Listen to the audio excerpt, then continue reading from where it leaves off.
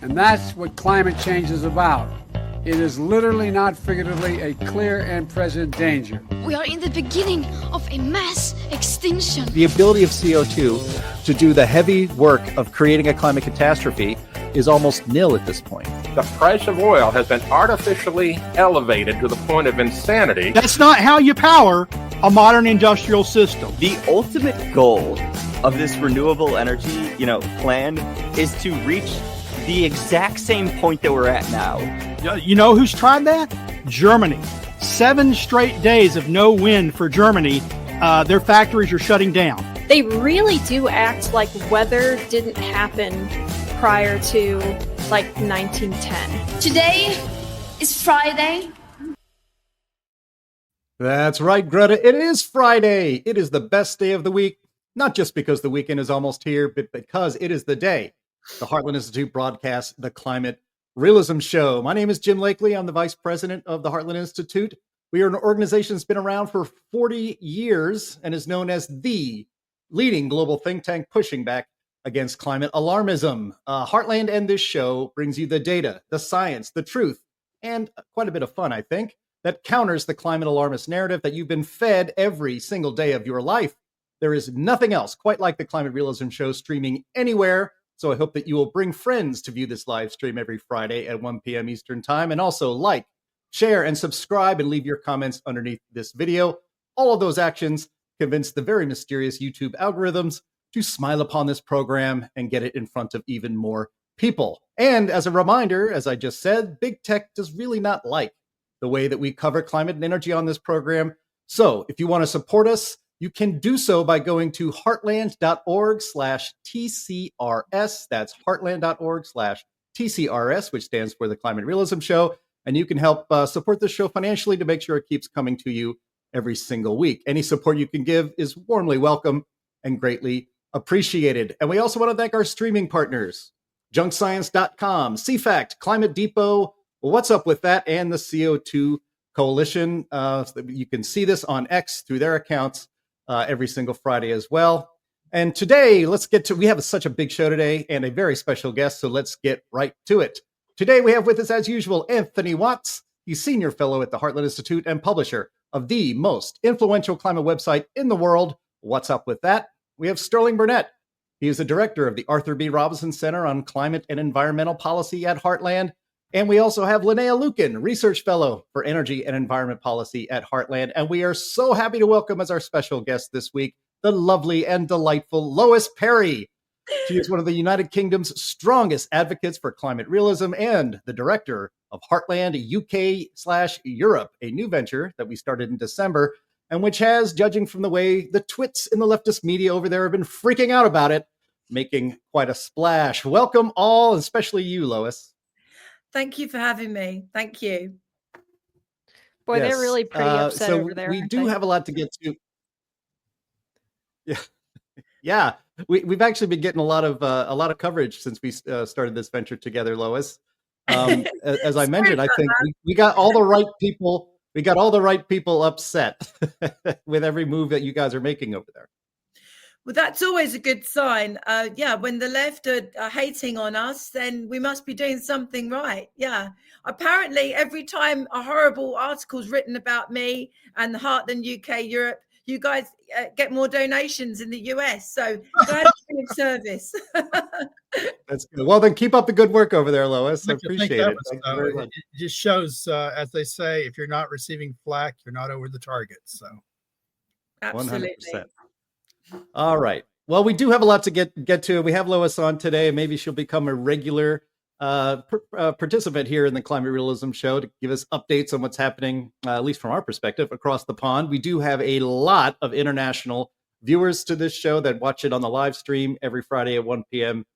Eastern, and also that watch the recording of it later on. And the number 2 country outside of the United States is not Canada, but you got to get your act together, Canada. You should be number 2. Instead, we are happy it is actually the United Kingdom, which is the number 2 country outside of the United States that are fans of this program. Appreciate that very much. All right. Well, before we get into our main topic, to have a look in and a check in with the Net Zero project over there in Great Britain, let's start off like we always do with the crazy climate news of the week.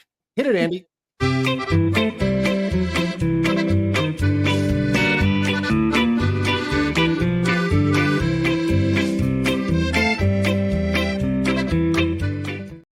Thank you, Bill Nye. That drop just never gets old to me, I got to say. All right. Our first item today, I've titled Clinical Climate Depression. Now, this is a topic we've covered on this show quite a bit over the years. And so we're going to hit it again because there's some new news on it. This is a story from the Washington Free Beacon.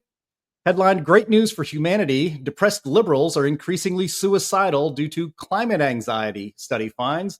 They're not having children either, which is also great. Now, actually, that's not great that people aren't having children. People should have kids.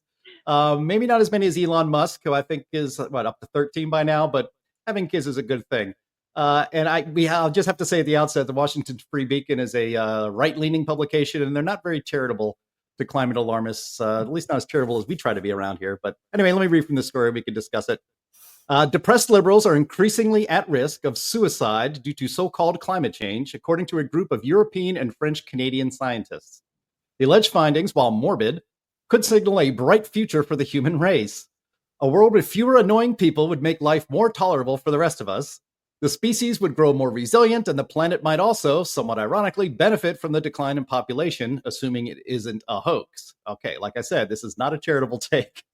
Let me quote from the article, though, or from the study. Quote, negative psychological responses related to the observed and anticipated impacts of climate change, such as climate anxiety, eco-anxiety, and climate-related guilt, have emerged as a potential risk factor for poor mental health and suicide-related behaviors, the authors wrote last month in the journal Nature Medicine. Quote, international surveys show that concern about climate change is associated with feelings of despair, hopelessness, anger, frustration, and guilt, especially among younger populations. Now, I'll stop it there. We'll put the link here in the show notes after the show is over. You can look up this article for yourself. But Linnea, I want to go to you first. Among everybody on this program, you are the youngest, so you experienced the most in-school indoctrination of the kind of unscientific climate panic that this study, depressingly, tells us worked as intended. Yeah, well, I mean, and good thing that I had adults in my life who were sane or who were at least skeptical when I was growing up. I really don't blame kids for believing this stuff and for being worked up about it. Because, when every adult in your life is telling you that like the end of the world is imminent unless massive social change happens, and then you watch as no massive social change happens, or at least not to the extent that you've been told is necessary, that would be devastating. I mean, you can't expect, like a middle schooler or even a high schooler or something to be able to, push back on that when all of their teachers, all of the media, all of the adults in their life are, there goes my dog again. She's really mad about this too, are pushing this nonsense. So I really do. I have a lot of empathy actually for people who are in that position. And there's also people who are like previously kind of, I guess the word would be predisposed towards mental illness too. And you can see that in some of the hysterics that people engage in when it comes to the climate issue. It's not a reasoned take. So I think that people are legitimately traumatized in some cases by the media on this issue. And a lot of people actually don't have time to do all the research on everything. So if there wasn't this media vanguard that's blocking climate realism from getting out, you would have a lot more people who were able to take in information that's true versus just the hyped up hysteria. And then you wouldn't have this problem. So, but you can't convince people to install global socialism without control of the media. So I'll just say, in contrast to Linnea's dog, mine is completely nonplussed concerning the climate change. The weather doesn't seem to bother him one way or the other. He actually prefers summer to the winters. Yeah, mine's a non-shedding dog, so she wants that cold weather. She's hot all the time. You guys are skipping ahead. We have dogs and climate change coming up in 2 I know, more items. I know. So We hold your can't- fire. I know. I've got a dog. I feel totally left out. Sorry. There you go. And for the record, my cats don't care about climate change either. But you know, whereas this show takes the science-based perspective that human-caused climate change is a hoax. What isn't a hoax is the climate anxiety caused by people worrying about climate. That is actually becoming all too real. And I was hoping that maybe there seems to have been a mood shift, at least certainly here in the United States, obviously based on the last election, that we would be leaving these sorts of things behind, trying to panic the youth into taking urgent action on climate change. And it hasn't. And it's actually, that is the real toll. And we're experiencing it. And unfortunately, an entire generation is finding it difficult, it seems, to pull themselves out of a emotional doom spiral over something that, isn't anything to worry about. We've covered this before, right? We've had shows on this where we discussed it at length. We had the basketball show, and I think we all agreed, certainly for me, the most disturbing outcome of alarmism, throw away all the money thrown down a black hole, all the stupid policies. The most disturbing of it to me is the impact it's having on kids, youth, mental health. We are, for absolutely no good reason, causing children to suffer mentally. And it's for adults to be doing this to children. It's child abuse. I think every time someone goes on a TV program and tells you the world's at an end, they should be arrested for child abuse. It's awful. Yeah. Well, I know we have homeschoolers out there that watch this program and that follow the Heartland Institute. And so maybe this is part of that home curriculum to deprogram them if they need it. That would be nice. All right, let's move on to our second item. And this is yours is going to be especially interesting for you, Lois. Yeah. And that's the UK farm land grab. We saw this. This comes from a publication called Farming UK. Controversial land use proposals, quote, flying under the radar for farmers. Here, we'll just read from the story. The land use framework, which states that 9% of England's farmland will need to be taken out of production to meet climate goals, is, quote, flying under the radar for many farmers. Says Laura Greenman, partner at HCR Law. She says that while it focuses on planning, energy, and infrastructure, she warns that little consideration has been given to food security. Apparently, the deadline for farmers to have their voices heard during the consultation period is April 25th, 2025. And I hope Jeremy Clarkson is already shouting about this on his TV show, Clarkson's Farm. I'm sure he is. Yeah. Yes. Real quick, a little bit more here from the story. Quote, the framework claims to support Britain's food security while suggesting that 760,000 hectares of agricultural land in England must be removed from production. The government has said that only the least productive land will be taken out of agricultural use, leaving the land with, quote, the greatest long-term potential for food production, unquote, to deliver higher yields. Now, Lois, this is happening in your beloved country, and these are your leaders and your bureaucrats. And I guess they should be the ones to decide how and where food is grown. Well, I mean, when you've got a farming minister who said in a recent interview to farmers that farming and farmers aren't really at the top of this government's agenda, and the farmers just need to accept that. I mean, with friends like that, who needs enemies? This government is absolutely anti-farmers. They've just introduced a law, an inheritance tax law, which means that any farmer or anyone that has a business that's valued at £1 million or over, which seems like a lot, but if almost all of that value is tied up in land, it means that most farmers will not be able to pass on their farms to the next generation because they'll have to pay 20% tax. And if you've got most farmers earning about £30,000 a year, where are they suddenly going to find £200,000 from? They're not going to be able to do it, which means who are they going to be selling their land to? They're going to be selling their land to people who are making money from putting solar panels or wind farms on this land, which is heavily subsidized by the government and is just basically completely dodgy. So there is a complete war on farmers at the moment, from over-regulation to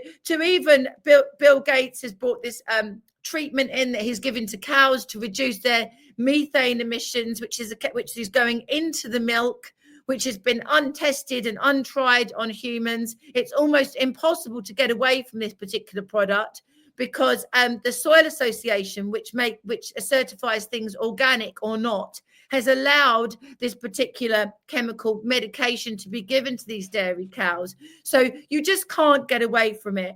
The war on farmers is ongoing, and they use net zero and is basically about annihilating the UK's ability to be independent, to have food security. Because if we don't produce our own food, if we're not independent, then who are we dependent upon?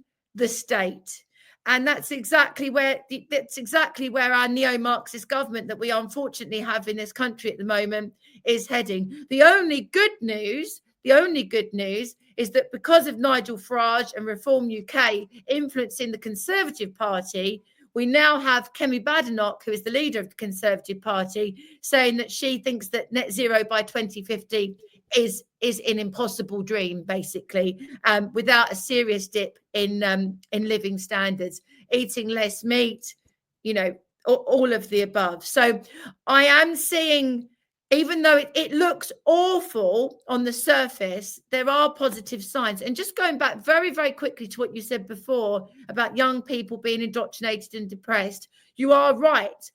Young people in their 20s, 100%. But teenagers, I've noticed, they're not woke. And part of not being woke is they think that the net zero thing is questionable as well. So I'm quietly hopeful. I say this a lot, but I'm quietly hopeful about the younger people, the TikTok people. I really am, actually. Well, here in the United States, the youngest generation is turning out to be the most conservative generation, and that's it's the same here. I think it's a reaction to what they've been what's been inflicted upon them by the state and their society for many, many years. Well, it's a reaction. I'm sorry, but it's a reaction. We did a video this week, right? You've been lied to. It's in part a reaction to the lies they now are realizing they've been told. I mean, that generation of kids that were locked up during COVID, that were just shut down, they are not happy about that. And concerning the farms in the UK, I'm certain it's a really, really good idea that the government, that the lords and ladies in both houses of parliament know better than the people who've been farming for generations, which lands are productive and which aren't, and which should be in production and which are safely taken off. And my suspicion is it's not just the green energy profiteers that support this kind of thing. It's the ESG bankers, and it's the corporate agricultural interest who will take over the small farms, combine them into big farms, like they've done in a lot of places here due to death taxes. And it's just part of the wider green scam. Yeah, absolutely. And the war on farmers is it's quite funny, actually. There's been so many protests in London, and tractors coming in from all over the country. And I was I walked to the shops recently near where I live, and it's quite a big main road. It's quite villagey where I am, but it's sort of near a main road, like a lot of London. It's crazy. But there was all these beautiful, shining, gleaming tractors going down the Finchley Road, going back to the countryside, and everyone was tooting their horns in support of them. It was quite a spectacle, actually. So the farmers are angry, and the people are on the farmers' side in this country. They really are. Yep. Okay. Well, hopefully we'll see another. I saw a video went viral on social media a little while back of Jeremy Clarkson using his platform, as they like to say, to raise awareness about protecting the British farmer, and hopefully he will continue to do that. and that there will be a very peaceful rebellion against this idea so that common sense can prevail. All right, let's move on to our next item here. This is, hey, did you guys know that we had an EPA museum? We did. This is from the New York Post. You only know about it now. Nobody knew about it before, right? So EPA is shuttering museum that cost $315 per visitor to stay open with barely anyone showing up. Environmental Protection Agency Administrator Lee Zeldin is canceling a year-old museum dedicated to the EPA's history, citing its $315 per visitor cost to operate. Now, for some perspective, a premier pass at Disney World, where you get to skip the longest lines, costs about $100 less than that.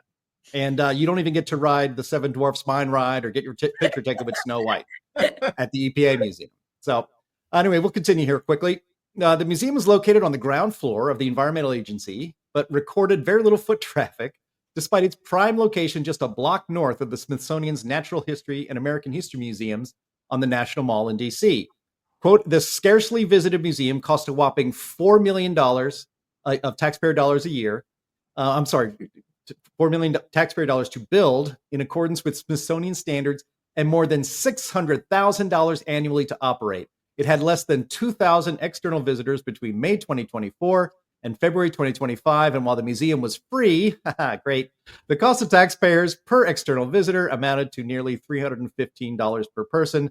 And I'm told that it really focused on themes like environmental justice and climate change. So I don't know, Anthony.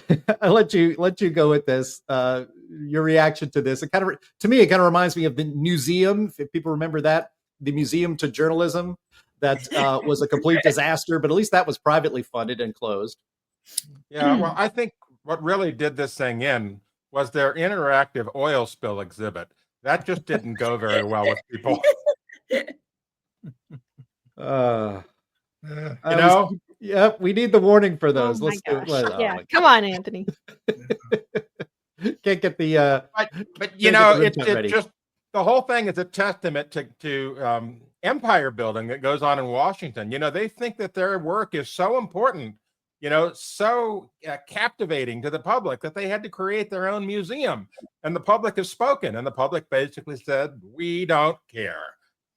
Yeah. Well, I'll say this. What do we need a EPA museum for when, not anymore under Trump, but the every single Smithsonian Natural Museum is like nothing but climate change stuff nowadays. I mean, hopefully some of that gets removed, but I was very disappointed the last time I went through the Natural History Museum and it was all climate change. It was very, very annoying. Yeah. Well, it reminds me, what was it? Glacier National Park, Sterling, that they had a display, a card on there that says that this glacier will be gone by 2020. And then 2020 came and the glacier was still there. So they had to take the sign down. Yeah. Yeah. Now, this is Biden. The Biden administration was looking for places to shovel money. And this is one of those places it shows, right? Yeah. The EPA itself, the entire building, should be a museum, or more appropriately, a monument to disastrous and failed government policies. Yeah. And not one that that holds up for multiple generations. It should be rather covered in sand and found like who is the Ozymandias, look upon me and quake, and no one knows who it is. I would wish that in 50 years from now, no one will be able to say what the Environmental Protection Agency was or did. Can I just say as well, talking about wasteful government spending, now that USAID has stopped funding Just Stop Oil, they've now announced that they won't be doing any more protests in the UK anymore. So that's fantastic. So thank you, Trump. Thank you so much. It just shows you where all of this money was going. US tax dollars funding protests all over the world, anti-climate change protests. It's all so corrupt, isn't it? But they're going to stop now. Just Stop Oil have hung up their hats. So hopefully London will be able to get moving again. We just have the pro-Hamas marches now that we need to sort out, and we'll be fine. Yeah. Well, maybe we can in a few years we'll be able to start a museum of climate alarmism, and we can have the hall of corrupt scientists with little animatronic people like Michael Mann, spouting their nonsense. A boy can dream. Like in Epcot, the animatronic people. I used to love that. I went to that when I was about 8 years old. I thought that was really fantastic when they had all the US presidents coming out. Yeah, we need to do something like that with all of the corrupt scientists. That would be great. Good idea. Right. And a section devoted to the corrupt media and the corrupt politicians that have continued to foster and push it. You notice what's missing from these pictures? What? There's no pictures of burning Teslas in here. Right. Yeah. Well, and in that hall with all the animatronic scientists, you can have Al Gore, who would be there in person and fit right in. Absolutely. All right. All right. Let's get on to our last part. You guys skipped ahead and then we can get into our main topic with Lois and the panel here. And this is, hey, do you see your dog panting a little bit too much? Well, it's probably your fault. This is from climaterealism.com, one of the websites that the Heartland Institute writes for, and you should bookmark that and visit it all the time. Dogs could be among the first victims of climate change. Actually, this is from Climate Depot, my mistake, one of our streaming partners. Dogs could be among the first victims of climate change. Excessive panting, drooling, and lethargy from, quote, increased risk of heat stress. As the planet warms, dogs face an increased risk of heat stress, which can have dire consequences for their health. Unlike humans, dogs do not have sweat glands all over their bodies. They primarily cool themselves through panting. This makes them more susceptible to overheating, especially during heat waves. A study published in the Journal of Veterinary Internal Medicine highlights a rise in heat-related illnesses in dogs, particularly during the hotter months. Symptoms such as excessive panting, drooling, and lethargy can quickly escalate into severe conditions like heat stroke if not addressed promptly. To combat this, dog owners must be vigilant in providing ample hydration, shade, and limiting outdoor activities during peak heat hours. No kidding. Additionally, recognizing the early signs of heat stress can be life-saving for our furry friends. Now, Anthony, you have dogs, and you should allow them into your studio so that we can all enjoy them. And producer Andy also has one. Right behind me here. There he is. There you go. Are you worried about climate change? No, he doesn't give a shit. But come on. I mean, they don't have dogs in Florida or near the equator. I mean, what's going on? Yeah. They're searching for anything. That's what the media and the science does these days. They just simply go after the tiniest detail, trying to find something that they can scare people with and make them concerned. And what thing would make them more concerned than climate change is affecting your pet? I mean, that's going to really, really motivate people, right? And so they come up with these stories that try to motivate people to change. That's all this is. There's no science behind this of any value. I mean, just as you point out, I mean, if you take your dog from Boston to Miami, he's going to pant more. Is that climate change? No, it's called geography. And, yeah, I'm just wondering how dogs coped in this country during the medieval warming period and the Roman warming period, because obviously people had dogs. And it's my understanding that dogs have been around for a very long time when we've been a lot warmer, a lot cooler and warmer. So, I think they'll probably be okay. But what this shows and what you just alluded to is they really, really are running out of things to write about now, aren't they? They are really, really scraping the barrel. So I'm just wondering what next. Clowns affected by climate change. It's just ludicrous. Absolutely. Ludicrous. I'm gonna disagree with you there. By the way, I'm shamelessly marketing my nonplussed climate dog. Not panting, not despite the heat. Look, people, especially in developed countries, I love my dog, but it seems to me there's an inordinate concern that people have for pets. They feed pets better food, commercials every day. where they're feeding them this food. And I'm thinking, how many homeless people are going hungry? This food would be nutritious for them even. I'm not advocating feeding homeless people dog food. I'm just saying, good God, you have to feed your dog real salmon?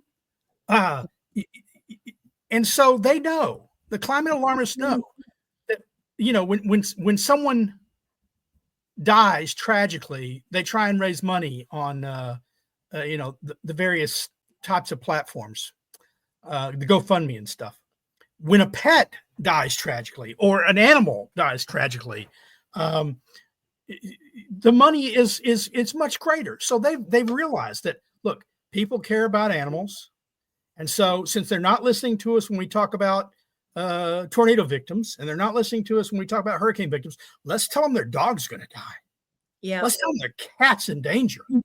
Now, the sort of the odd or terrible thing is, if you know anything about even climate theory, you know that most of the warming occurs in the coldest areas on Earth. The average because it warms, according to theory, it warms more at the poles, and it doesn't warm along the equator and in the mid-range areas. So you get a 1 degree rise in Texas, you get an 8 degree rise in Nome, Alaska, or something like that. I'm sorry, I don't know many. There are pet owners, I'm sure, in the Arctic Circle, but how many dogs are there? And wouldn't they benefit from a little bit of warming? It's the study is ludicrous, and it's meant to pluck the heartstrings of people who really, really care. I take my dog to the vet, but am I going to spend $30,000 on a hip replacement for my dog? Sorry, I love him, but that ain't happening. Yeah, I think part of this is, there was a study involved in this one, so it's a little bit different. But often the media thing where I think that they just have like a, pardon the pun, but like a pet project that they're interested in writing about, and they attach climate change to it in order to get it published generally. So, if you just write an article that says dogs are panting a lot and you should not have your dog outside when it's 100 degrees without water and shade, that would be something that probably wouldn't get all that much interest. But if you tie it to, and it's also our fault because climate change, then all of a sudden you've got the AP, you've got all of these major media organizations that have to fill a quota for climate stories that are going to be picking it up. So I think that's part of it. Maybe not for this one specifically because there's a specific study tied to it, but I see this all the time, and we cover this kind of thing all the time at Climate Realism, where they just tie any old human interest story to climate change. Yeah, that's my rant. I mean, the idea, everybody who has pets already knows this. I mean, the idea that, your dog is going to pant more when it's hot. I mean, but they're not in danger of death because of climate change. You just need to give them more water. No big deal. All right. Let's move on because we got a lot to cover on the net zero front. Andy, you get ready. We have our meme of the week here. This was shared with the group by Anthony Watts. And it's two Amish men with a woman with a mask.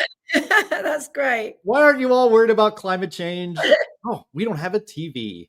All right. So good for the Amish. I think it was Thomas Jefferson who said that, if you go without reading a newspaper, that was the media of that era. But if you go without reading a newspaper for a month, you'll be a much happier person.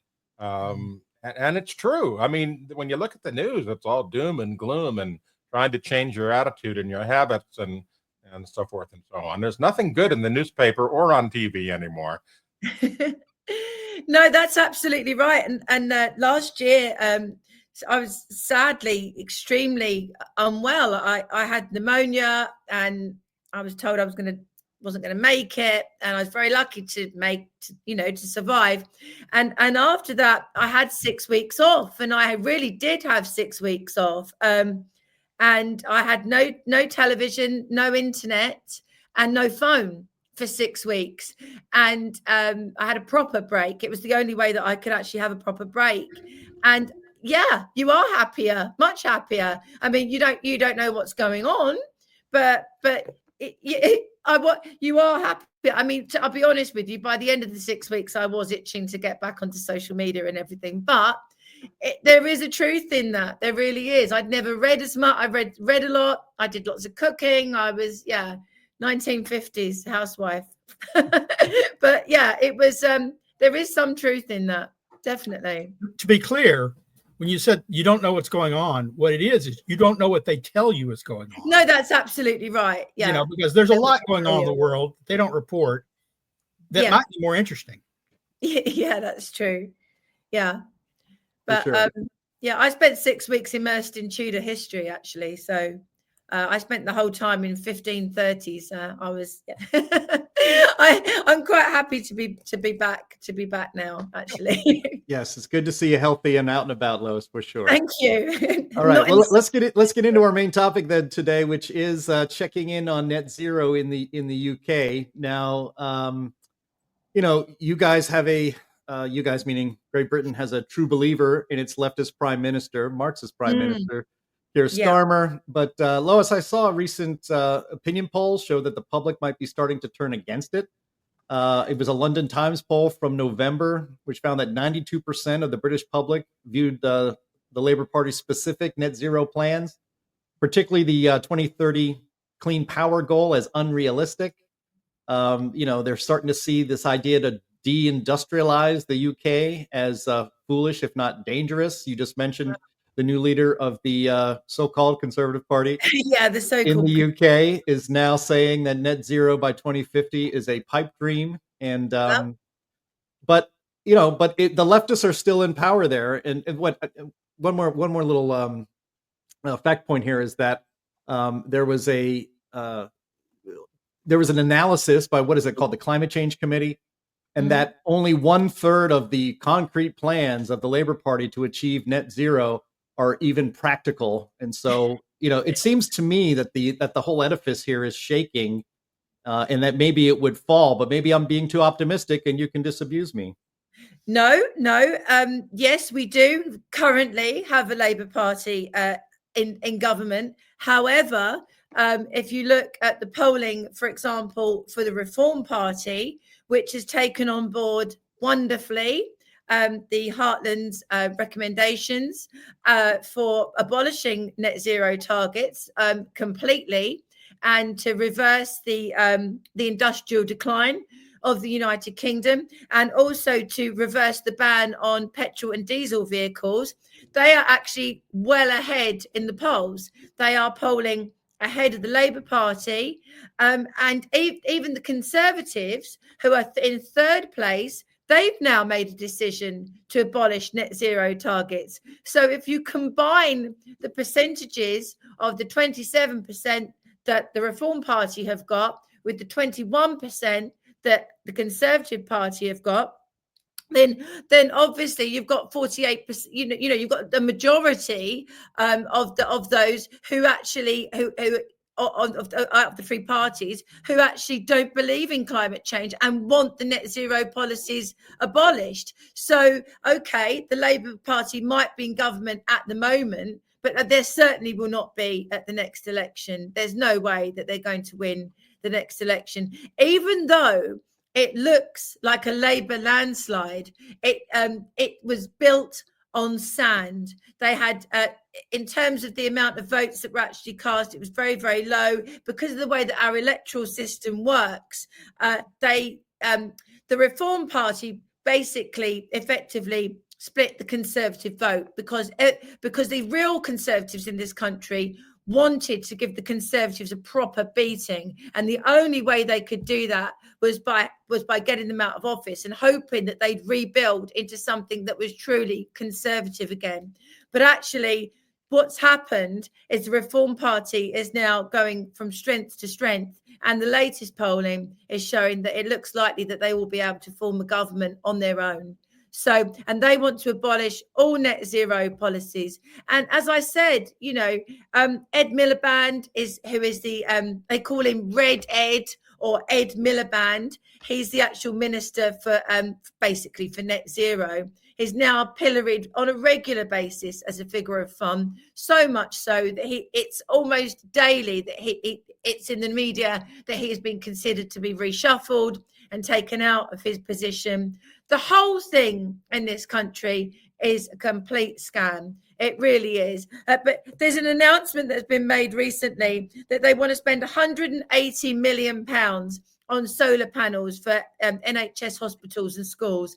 These solar panels and these wind turbines and all of this stuff, I don't need to tell you guys this, is all made in China using electricity, which is generated from burning coal. So, and then they're shipped over here on ships which are powered by diesel. The whole thing is a complete and utter scam. And you're right, the British public is waking up to it. We pay 8 times more for our energy than you guys do. We should be fracking.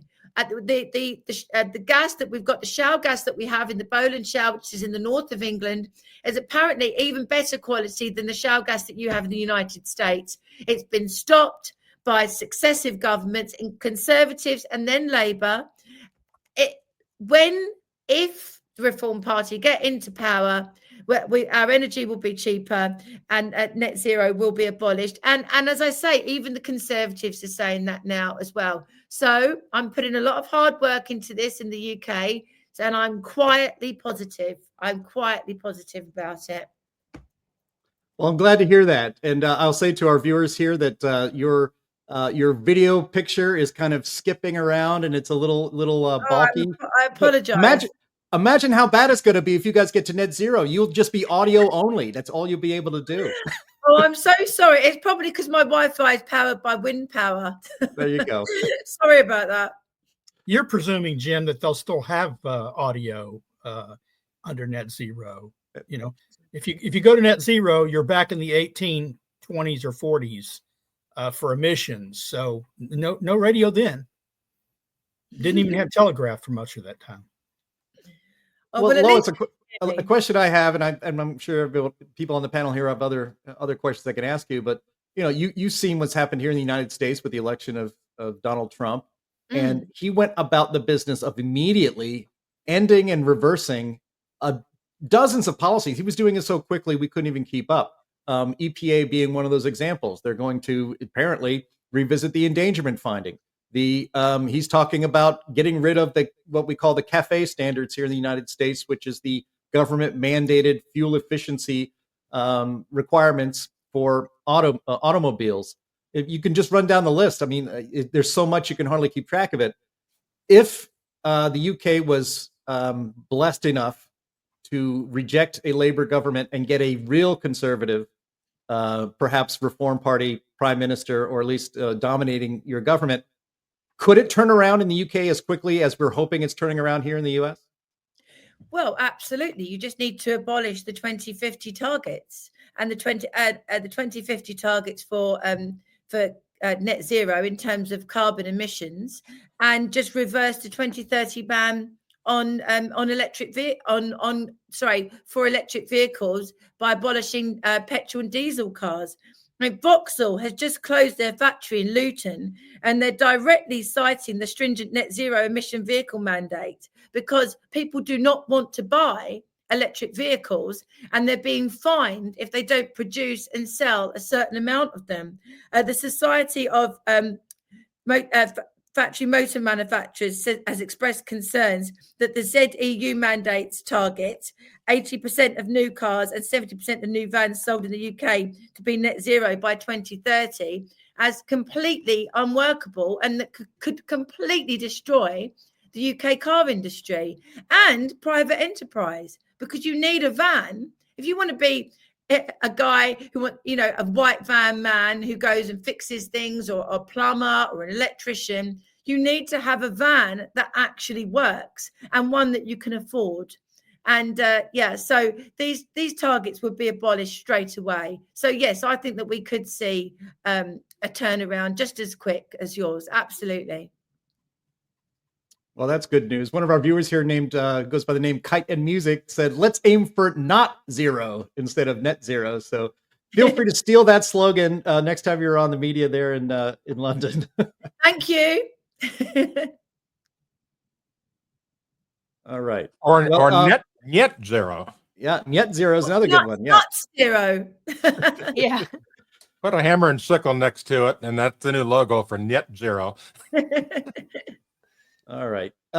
So is there anything else about net zero? I mean, you shared some information here with me, Lois, before we get to the questions and answers from our viewers. But another thing I think you outlined for me, there's all of these potential investments and investments of your money, of public money, into all of these green projects. That's another thing that the Trump administration has put a stop to, although the grifters are going to the courts to get their money. I know. I've never seen anything like it. You steal money from the taxpayer, then you go to a judge and get the judge, convince the judge to let you keep your stolen goods. It's unbelievable. Yeah, I mean, and there's been lots of controversy because, as I say, Ed Miliband, the minister for it's supposed to be energy and net zero, but basically it's net zero. His brother, David Miliband, has a private company that directly benefits from the subsidies for these green policies. So there's been a lot of controversy about that. And if you actually look at a lot of the people that have been put into positions of power within the government, they all have ties to what I call dark green money. It used to be called dark oil money, didn't it? But now the darkest money is darkest green. And it's a gravy train. And I'm not surprised that they don't want to get off it. These people know in their hearts that not only is it a load of rubbish, but also that even if you believe that CO2 is causing catastrophic climate change, that the policies they are enacting do not address that issue. In fact, they just make it 10 times worse. So importing wood chips from America to burn rather than using our own coal on ships that are powered by diesel, electric cars, which actually over their lifetimes produce more CO2. Even if you buy into the narrative, it still doesn't work. So it's I believe that you've got a small amount of people who are trying to make as much money as they possibly can in as short a period of time as they can, and then they'll just walk away from it. But don't forget, the whole electric vehicle scam is nothing to do with emissions or anything. It's actually mainly, I believe, to get people out of their cars, because for ordinary people, their car represents their independence. And if you want a neo-Marxist society, you do not want independent individuals. And for me, that's what the heart of this whole thing is. It's communism. Communism I was going to say by the back door, but actually they're not even trying to hide it at the moment. It's communism through the front door. 15-minute cities, the same thing. They want to be able to control where people are and to know where those people are. When they cross over the border, they know you've gone there. It's a 15-minute city. You got to pay that fine. You got to pay that fee. It's all about, everyone thinks it's about money, and a lot of people are profiting from it, but really it's about power. It's about green groups wanting power over how people live. It's about politicians wanting to maintain power in the strongest ways possible. And it's always better if they can say they're not doing it for their own good, but they're doing it for your good, paternalistically. We're saving you from your own actions, which are destroying the earth, so will destroy your children. We care about you. It's religion for people who don't have faith as well. I've noticed that the most fanatical people about all of this nonsense often have no faith in anything at all. And I don't necessarily even mean religious faith, although that is important to me personally, but they don't have a belief in society or family or anything. They don't believe in anything. This is their religion. Yeah. Well, people watching this show can visit heartlandukeu.org, I believe. I think I have a banner here for it. And you can see our efforts there. There it is. You can see our efforts there with Lois. Again, we started this organization with Lois over there in London in December, and it's been going gangbusters. And if you want to learn more about what we're doing, overseas. That's the beachhead. First the UK, next Europe, just like in World War II. It's a staging area to take climate realism global. So that's our idea anyway. So you can go to heartlandukeu.org and check it out and hopefully support her efforts and our efforts together. She's doing great. Thank you. Thank you very much for giving me the opportunity. Thank you.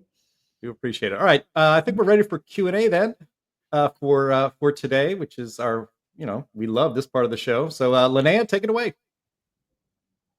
I don't have too bad of a problem with my tech. I don't know what's going on. My computer just had some kind of a power surge a little bit ago. So we'll see how this goes. Anyway, okay, we have a lot of good questions from our audience, starting with Andrew Pickard, who says, who would do a good job on a UK version of the Climate Realism show? Well, I think you're looking at your answer right here, Andrew. Well, I'd like to think that I might be involved in it in some small way. We are looking at doing that, actually. So we would be getting a combination of politicians and media personalities. So we're actually looking at that right now. Yeah. So thank you. But it's in hand, Andrew, as we speak. And of course, this show is global, so we already are the UK version of the Climate Realism show. Well, there you go. There you go. Well, why don't we just all do this? That sounds good to me. Yeah. All right. So this is kind of a specific question from Kite Man Music, who says, what is the payback period for installing solar panels currently? I think it probably depends on the company and where you live, I would imagine. I don't really know. I don't think that there's a universal answer to that. Anybody have a better answer? No, I'm sorry. I'm not entirely sure. I think you're right. I think it all depends on the individual companies. And I'm not sure. It also depends on two other things: the tax credits, how much of a tax credit you're getting, and what your the way the government works for large scale solar, and it may work for rooftop as well. But I think for large scale solar for sure is they let you do expedited write-offs. So you can write off your investment, not over a 30-year investment period, like say a home mortgage, but over 10 or 15 years. They allow you to do that. So, it pays it back pretty quickly. It may or may not pay it back before the system starts to fail. That's an open question. Yeah, absolutely. If it's 30 years, it's certainly not going to be around by the end of the payback period. Between 20 and 30, it depends. Very questionable. All right. Thank you, Sterling. Okay. This is a question from our longtime friend, Bob Johnson, who says, did you hear the latest SpaceX mission completed of their first mission of space capsule or astronauts passing over the South Pole? I wonder if any weather or climate experiments were conducted. I don't think that was the purpose of that flight. So I don't think that they had any instruments. I think if they did, Anthony would probably be the one to know that answer. Well, he just got in here, so I don't know if he saw the question. Oh, okay. They actually said they were going to do 15 or 30 experiments while they were up there. Oh, did they? Well, okay. Yeah, I'm out of the loop. No, you don't think they did? They were doing experiments on how astronauts react in space to something, but I don't think they were doing any weather or climate experiments. Yeah, I mean, we have so many good satellites that are already doing that. Not sure. No, they were not deploying DEW weapons. Yeah. Thank you, Anthony. All right. From Chris Nisbet, we have politicians taken the time to notice the farmer protest? Lois? Well, yes, on the Conservatives have, certainly, and the Reform Party have, but sadly, the Labour Party at the government and the Liberal Democrats and the Greens have just ignored it completely. They're not interested. As I said, the actual farming minister actually told the farmers, we are not particularly interested in farmers. So, he actually told farmers that they're angry. The people are angry. And as I say, on the left, no is the answer. On the right and the supposed right, the Conservatives, Yes, they have taken it seriously. The person that's been out on all of the marches with the farmers is the speaker and the leader of the Reform Party, the speaker at your event last year, which we both came to, Nigel Farage. He's the only person, leader of a political party, that has been on every single farmers' rally. Thank you very much. Okay, and this one's also for you. This is from Tech, who says, will the UK farmers movement copy the Dutch and deliver a mountain of manure to 10 Downing Street? Oh, wow. Well, I could never endorse any kind of criminal activity, of course. But you may have just given them the idea. What can I say? Awesome. All right. So Montana Joe asks, when will Lee Zeldin completely shut down the EPA? It's disappointing he hasn't already shuttered it. I think actually he's doing some pretty good stuff with it right now.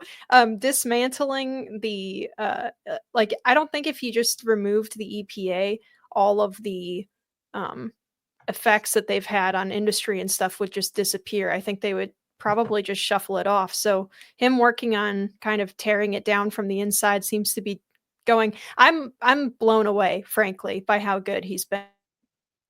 And I also don't know why my camera was on my head now that I had my little computer crash, but whatever. All right. Sterling, what's your thought? I'm sure you have strong feelings about this one.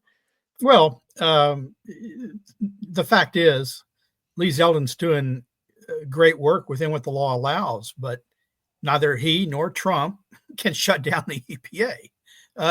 It was created initially by an executive order, but then endorsed in law.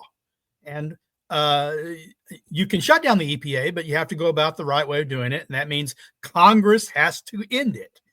And one would hope that if Congress did act to end it or follow Heartland, Heartland put out a paper a few years ago suggesting a different way of having the EPA, making it informational only, sending it to the states, a coalition of 50 states environmental agencies. But one would hope is that if Congress were to end the EPA, they would also reverse the various laws that the EPA monitors rather than just passing them off to some other agency. Yep. All right. I'm going to get this one here from Michael Johansson, who says, how is it going with the 15-minute zones and the ULEZ in the UK? Well, I'd like to report that, that it hasn't happened, but unfortunately what has been happening is that they are being rolled out across the country. There has been a lot of resistance. And there's been winners and there's been losers. So some particular parts of the UK have successfully managed to get rid of the 15-minute city staff and the ULEZ staff, but other parts haven't. And I mean, London is, you've got congestion charge, you've got ULEZ, you've got people trapped in their homes now because they can't afford to buy a compliant car. So it's a mixed bag at the moment. It's a mixed bag. But having said that, again, if there is a reform government, they have pledged to abolish ULEZ and all of the 15-minute cities.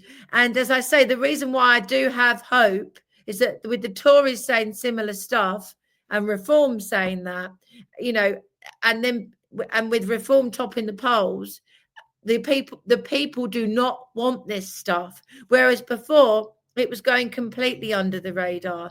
So let's see what happens in 2029. Also, we've got council elections coming up. And that will be very interesting because it's the local councils who are implementing all this nonsense. So let's see what happens on the 1st of May. That will be very, very interesting. A point of clarification, Lois, for our audience who aren't in the UK, what is ULEZ? Ultra low emission zone. Sorry, I should have explained that. So it basically means that it means if you've got a car that's over a certain amount of years old, so if you are a working class, ordinary person that can't afford to buy a reasonably new car, then you are not allowed to go into certain zones without paying a charge, basically. And the other thing as well, I mean, about 10 years ago, everyone was told that they should have diesel vehicles because it was better for the environment. And now it's the diesel vehicles which don't pass the ULEZ standards. So, you know, it's. But to be fair, I'm certain that all that money they collect for ULEZ is going to fight climate change and to save the planet. It's not lining anyone's bank account or funding some odd government project. Well, the money in London will be funding all sorts of pet projects for. There's 350,000 new homes are going to be built next to mosques by our mayor. So that's nice. So that, yeah. so that's where your money's going. So that I would quite like one of these new homes, one of these to be built next to my church, because I have to get a taxi at the moment. But or you know, anyway, it is what it is. But unfortunately, we've got sectarianism in the UK at the moment, very much so. But it's growing in the Houses of Parliament, and it's obviously very, very prevalent in the councils as well. So but that's a completely different issue. All right. Yeah. Thank you. So from Vijay Kasai, they go, is the death tax on farmers a way for the government, both US and UK, to take farmland to either give it to large producers or to just own more land? Or is it my conspiracy mind in overdrive? No, they've admitted it. That is what's happening. Yeah. They think that big producers are more efficient with their they're easier to control with green policies, for one. They're big fans of selling it off to foreign producers. Or solar panel fields. That's another one that they like to sell farmland off to. Yeah, 100%. Not a conspiracy theory. Keir Starmer has basically admitted it. So yeah, that is what's happening, and it's frightening. It's terrifying, actually. LT Oracle of Truth asks, will the UK ever be able to completely Brexit? Not quite sure what they mean. What they mean is, so we have left the European Union, but what's happened is a treaty was signed before we left, where basically we agreed to comply with almost all EU regulations ongoing after Brexit, including the nutty net zero stuff. So we are still in the European Court of Human Rights, which means, for example, if somebody comes over here, commits a murder, but then says that listen, you'll love this one. A drug dealer recently was convicted, drug dealer, foreign national. He said he couldn't be deported to his home country because his son didn't like foreign food and would only eat English chicken nuggets. Right? But this is an actual true story. So because of that, he couldn't be deported, and that's because of the ECHR. So, and that's all tied into being that would be an argument that we haven't completely Brexited, that we're still part of the ECHR. Again, that's something that is, there's only one party at the moment that has the policy to leave the ECHR, and they're the policy. I don't want to keep blowing their trumpet because it sounds like I'm an advert for them. I want to talk about all of the political parties, but on this particular issue, I know that Kemi Badenoch is.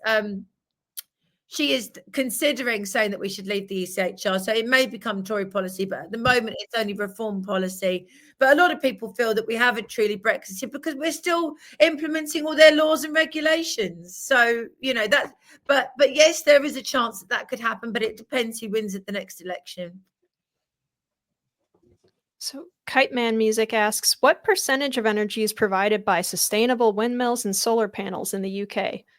Well, I can give you a precise answer for one particular day in February, and that was precisely 0. 0% of all energy was produced by solar and wind panels on that particular day. It's not.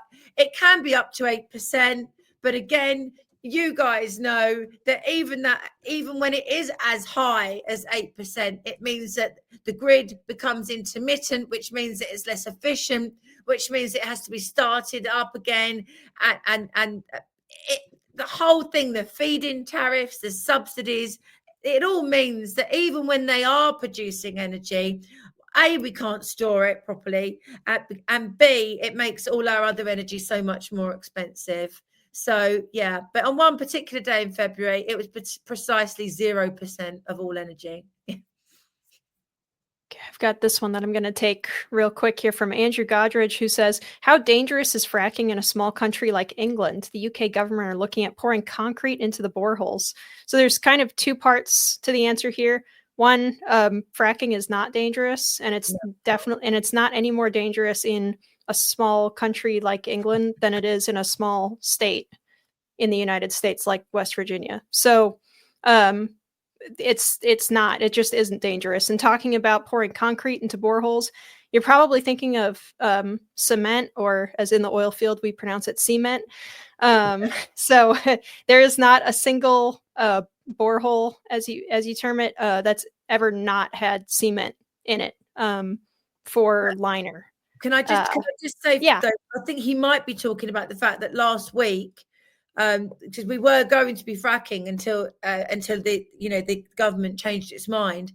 They actually, the Liz Truss, our former Prime Minister, actually retweeted the Heartland Institute tweet. We had an exclusive video of them actually filling in the holes, the site. So basically, where we were going to be fracking, they decided to concrete it over and get rid of it. And it was a very sad day. And I managed to get some exclusive footage for Heartland UK Europe, which we did a tweet. Liz Truss retweeted it. And that might be what he's talking about. It was a very, very, very sad day indeed for the United Kingdom's energy independence. It was about 2 weeks ago. Yeah, absolutely. Well, I'll add too that it's not over for you guys because they poured concrete into it, or cement, or whatever they happen to do. I'd have to see the video to see what exactly they were doing. But in the oil field, every time you drill another, so you don't just drill the whole run in one go. You drill it like kind of telescoping. Oh, right. And every time you drill a new section, you go back in and you refill it with cement. And then you drill out the cement. So you could, in theory, be drilling out the cement if you wanted to go in later. I think we start. Yeah. So hopefully it's not over. Unfortunately for us, it is. I'm sorry. So I completely understand what you're saying. I mean, for now, what they were doing, they did it as a highly symbolic thing. They wanted everyone to know. They made quite a big deal out of it. Oh, yeah. So I completely understand what you're saying, but unfortunately for us, unless I really pull my finger out, which I'm really, really trying, I promise you guys that there isn't going to be fracking for now. But it was a public pronouncement that they were proud to forego energy independence, is what it was. Absolutely. Like, they've been blowing up our coal-fired power stations. They literally have been doing TV footage where Ed Miliband is going like that and watching them blow up. They're proud of it. It's bizarre. It's absolutely bizarre. They should do dual videos with Miliband doing that on a split screen with the premier of China smiling before the masses. Yeah. Giving a thumbs up.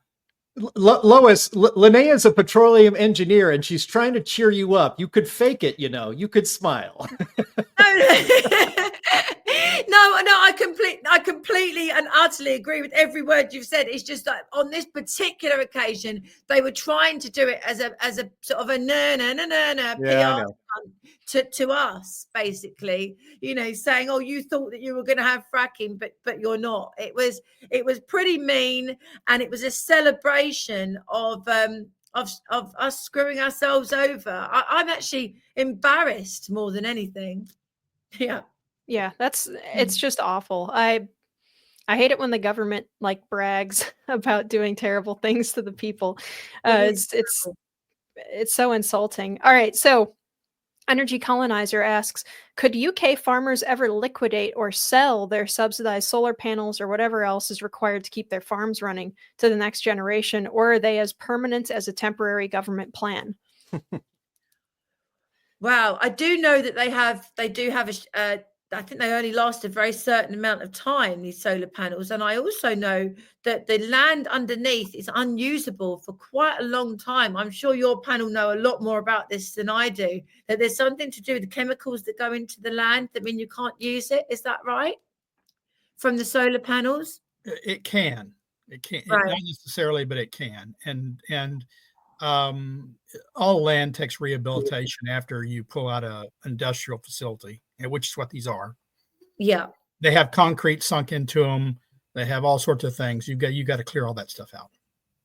Yeah, it's land should be used for growing food. And I tell you what, all this money being spent on carbon capture, and why don't they just plant some trees? Surely that's the best carbon capture that there is. The other thing I very, very quickly wanted to mention is you've got the I think it's called the Earthshot Prize. You've got Prince William, who's going over to Brazil to celebrate, this prize for people who come up with ideas to save the planet. And I'm sure you guys are well aware of this, but they're actually knocking down parts of the rainforest to build a road through it, so to actually get to the site. It's so ludicrous. If Orwell was listening to our program, watching our program right now, he'd say, not even I could have come up with this doublethink, this craziness, I'm not going to be worried about the UK's energy policy until I'm already not happy that they burn US trees in their power plants. But what really concerns me is if they ever start burning the peat, because that's got to be used for making good scotch. Let's not go crazy. Yeah, I totally agree with you. Right. On that, Riss Reed says, are Teslas being destroyed in the UK? Is Musk an evil person over there? It's quite funny, actually, isn't it? Because the wokes don't know whether they're coming or going. They bought these Teslas to be good wokey greeny people, to sip their vegan soya lattes and everything and drive their cars, and then suddenly Tesla is a bad thing. I almost feel sorry for the hypocrites. I really do. But I haven't seen Teslas being targeted here. Elon Musk, there are a lot of people in the UK that think he's great. There are a lot of people that were a bit upset with him about getting involved in some of the political stuff over here. But overall, I think people do like him, actually, overall.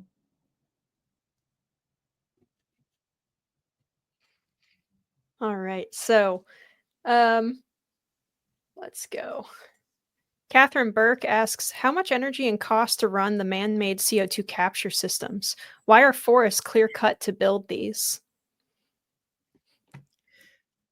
We probably don't have exact numbers for you, off the top of our heads here, but I will say that there's a couple different versions of CO2 capture that are out there. It's not all this. You're not always talking about the same thing when you're talking about carbon capture.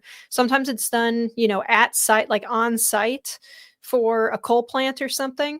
And then they'll either ship it somewhere. If it's captured as a gas, they can ship it somewhere to use for carbon capture use and storage, or utilization and storage, which would be where you are re-injecting carbon dioxide into oil wells that are producing in order to boost their production a little bit.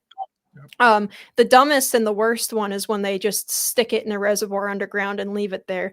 I've described to some of our colleagues before that it's just it's like a subsidized version of oil field digging holes and filling them back in again. It's very silly. They do have those big facilities that are supposed to be like sucking carbon dioxide out of the air as well. And that's another thing. And that's just a money printing machine for the people that are doing it. It's just a scam pretty much. it's pretty much trash. I don't know how else to describe it. It also doesn't really work as well as they advertise. The whole thing is a scam. Yeah. Imagine that. A green program that's a scam. Who would have thunk it? Yeah. All right, we're almost out of questions here. I've got one that I'm going to pitch to Sterling and Anthony here that says, with no EPA, wouldn't companies like 3M get away with poisoning us? Well, you know, the EPA, when it was first formed, had perfectly good intentions, and that was to do things like cleaning up the rivers, cleaning up Lake Erie, clearing up water and air pollution everywhere. And they did that successfully. The problem is that they were so successful. Now what are we going to do? And so they start looking for more and more things to regulate or change or restrict. And so they've become kind of a pox on humanity because they're going down to the tiniest of things now. And then, of course, they got into the whole CO2 as pollution garbage. And so, you know, the problem with the government bureaucracy is that they have to be self-sustaining. They want to grow. They do this empire building thing.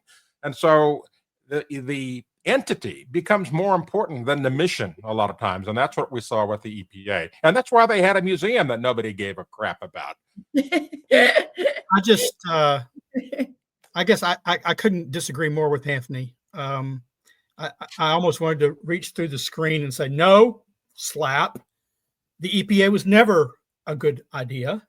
At the time the EPA was formed, various states were already starting to take the problem seriously, and the cleaning of the air and the water in those states actually slowed after the EPA set the floor. What you have to understand is that the EPA was a creature of government because government was the creature that caused the vast majority of environmental problems.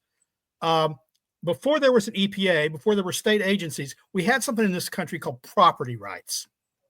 And the government, the courts, fiercely enforced property rights, stopping all sorts of industrial activity. Didn't say you have to pay a fine to the farmer whose fields you've destroyed, or the homeowner whose houses you've destroyed with your pollution, or the waterways. What they said is, you must stop. And they did. And what happened was industry and government got together and said, oh, we can't stop progress. And so we're going to let them allow them to pollute a certain amount. It's going to be okay. We can't let property rights get in the way of industrial progress and modernization. So they created the problem. Then they created the EPA to solve the problem. They could have gone back to property rights. If 3M poisoned you, you could sue. You could have class action suits. Quite often, that's much more effective than a government regulation, which usually is shaped by the industry involved. Thank you very much. I always love when we have even just like the mildest disagreement on things. Well, I want to see how Sterling's going to reach through the screen and slap me. I want to see that to happen. Yeah. if I could have. Let me get between you guys, keep you guys separated on screen here. I hear it all the time. People start off saying, oh, well, it did good at the start. No, it was never good at the start. Yeah, well, that's my opinion, and I'm sticking to it. So there you go. It is an interesting point that's not often made, though, Sterling, that, the creation of regulatory agencies and stuff made it actually harder to just shut a plant down if it was doing bad stuff. Like, you can't just say, look, you're dumping into the river and it's poisoning my fields. You now have to just close shop because we're just going to bankrupt you with lawsuits. Now it's like, well, look, it's negotiable. The original Clean Air Act. The original Clean Air Act was written around the time EPA is formed. Oh, we're going to clean the air. Well, how do we do that? Well, we're going to regulate all the new plants, but all the plants that are causing the pollution that we have right now, they're grandfathered in. If they're the ones causing the pollution, but we're going to grandfather them in. So it's really to clean up the air as opposed to just window dressing. Just a quick recommendation. If you want a fantastic argument, well stated, on why you do not need a government agency to protect you from every horrible that could happen from the private sector, Google or go onto YouTube and put in Milton Friedman, Phil Donahue. This is from 40 years ago. And Phil Donahue, a liberal, challenged the great economist Milton Friedman on just these kinds of questions. And Milton Friedman, I think, was so good at making the argument that he almost fully convinced Phil Donahue that he was right, but he was right. I'll be sure to give it a watch. All right, I think we actually have a Rumble donation that I want to bring up here if we can. So Data 12, thank you so much for pitching us $20 there. He says, great discussion, keep pushing and keep reaching out. Does anybody network with Tony Heller? Asking, seems like Heartland would like him. Hope he's okay. Oh yeah, Tony Heller is okay. I think I had an interaction with him on X just a couple days ago. Yeah, we're friends with them too. I think I've been on their program before. Yeah, it's good all around. We like them a lot. We've got two more questions here that I have pegged. Both of them are kind of a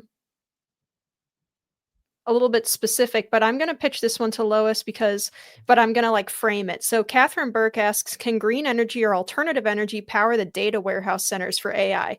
And while that's probably a quick answer, no, I'm going to add to this.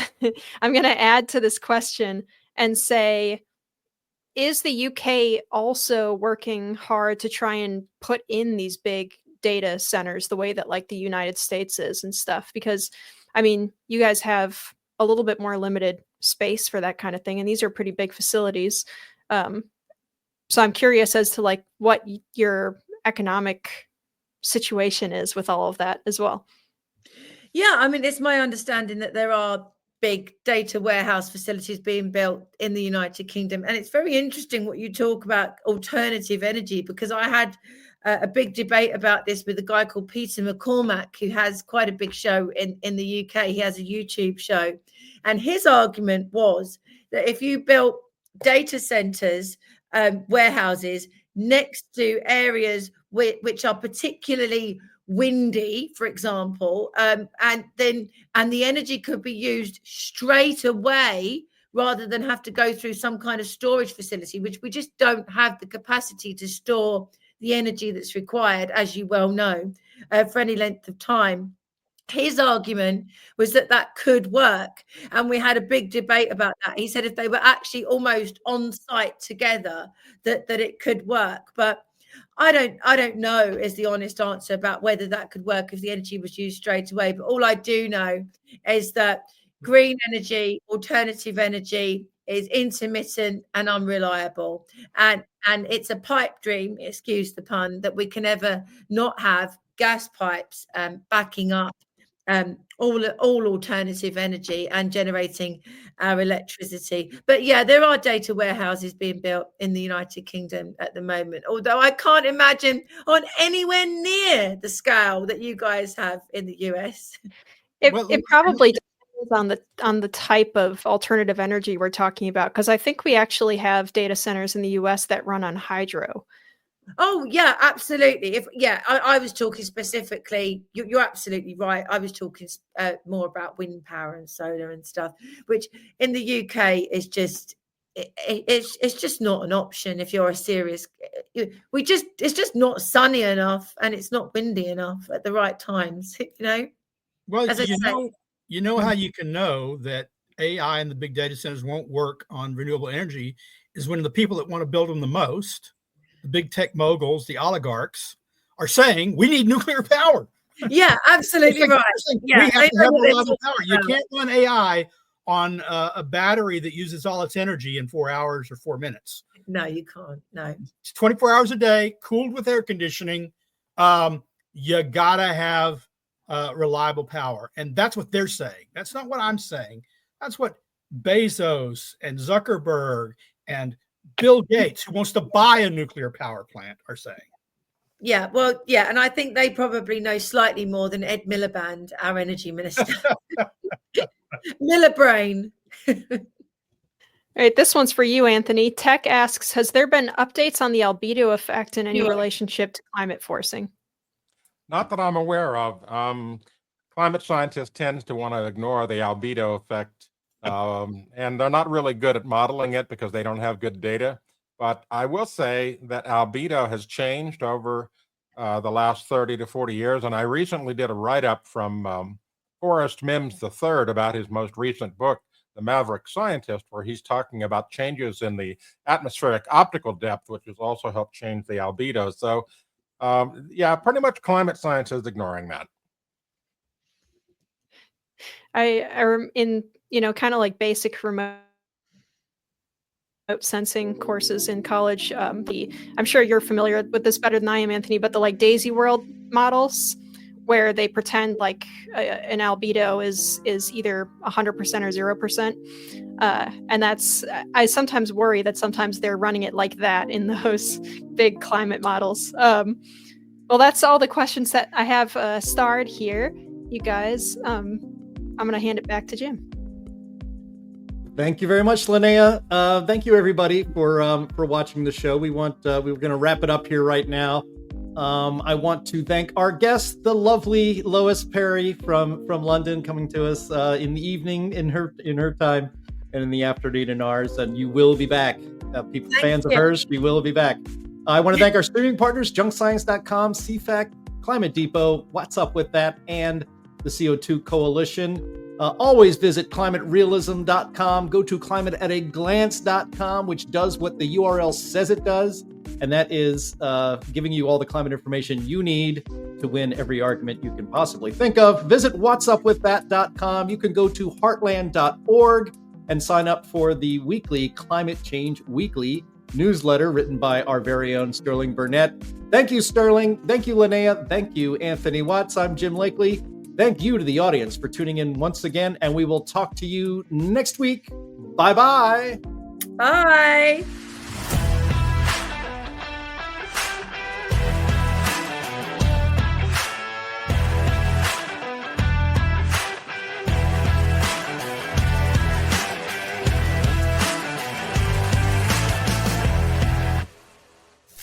Come on, man.